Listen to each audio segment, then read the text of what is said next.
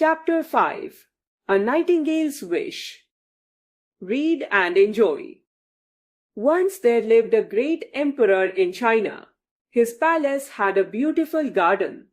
This beautiful garden ended a dense forest.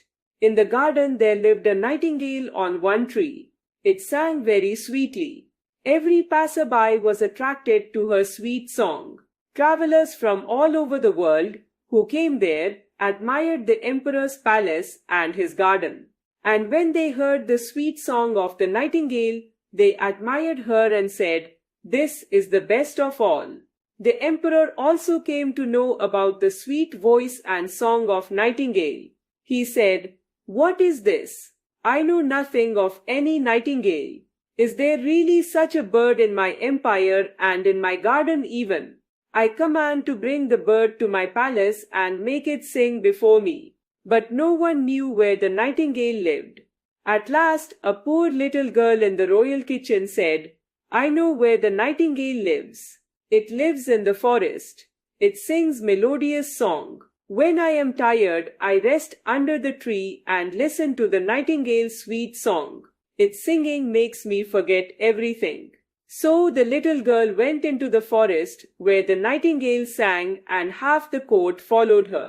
After walking a long distance, the girl stopped near a tree and pointed at a little grey bird. "This is the nightingale," she said softly.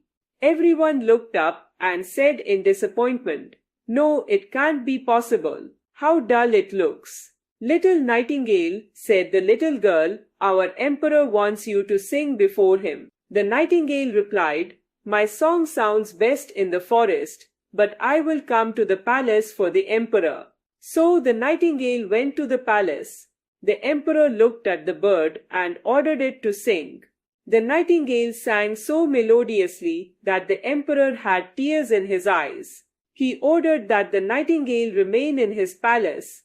The nightingale was kept in a golden cage and given the best food to eat. Soon the bird was famous in the whole city. When two people met, one said nighting and the other said gale. This way it became a way of greeting. पाठ One day the 14 emperor received a ਝੂਠ ਇੱਕ parcel ਬੁਰੀ marked ਆਦਤ the nightingale. Pinky ਕਮਰੇ When he ਵਿੱਚ opened ਆਪਣੀ it, ਗੁੱਡੀ he ਨਾਲ was ਖੇਡ surprised to see a golden nightingale. There was a golden key lying beside it. The emperor turned the key several times and it started singing a beautiful song. Several times it sang the same tune and yet was not tired. But where was the living nightingale? No one noticed that it had flown away. No one even bothered, as they had the best bird after all. The golden bird was made to sing again and again until everyone knew its tunes by heart. The whole year went by. One day the emperor fell ill.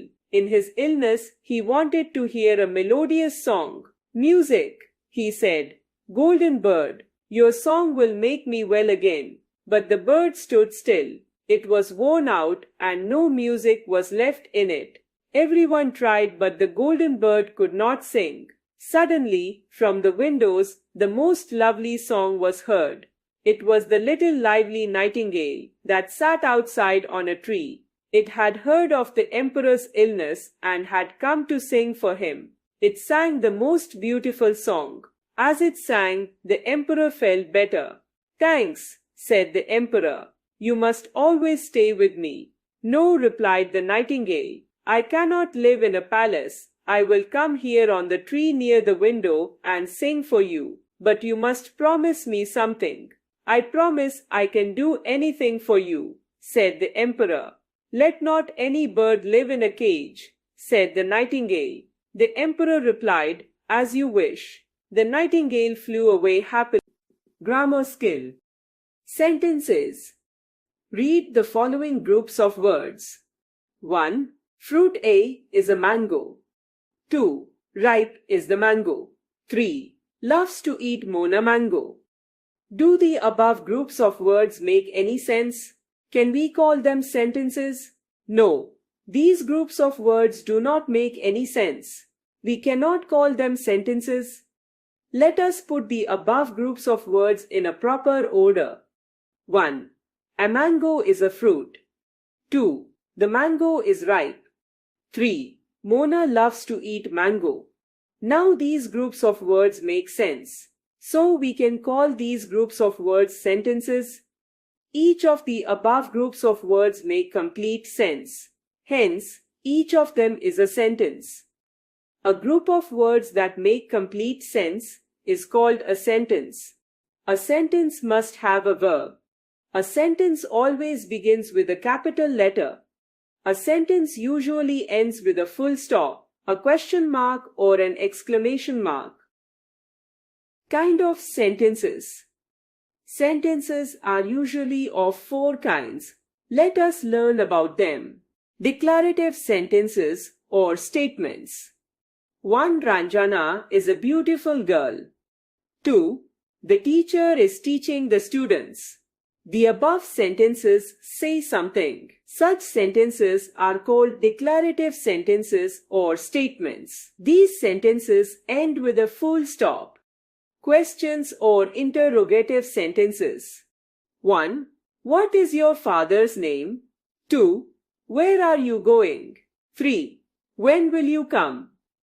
The above sentences ask a question. They are therefore called interrogative sentences or questions. We put a question mark at the end of such sentences. Commands or imperative sentences. 1. Please bring me a cup of tea. 2. Give me your English book. 3. Shut the door. These sentences give commands. They give an order, an advice, or make a request. They are therefore called command sentences or commands. These sentences are also called imperative sentences. Such sentences end with a full stop.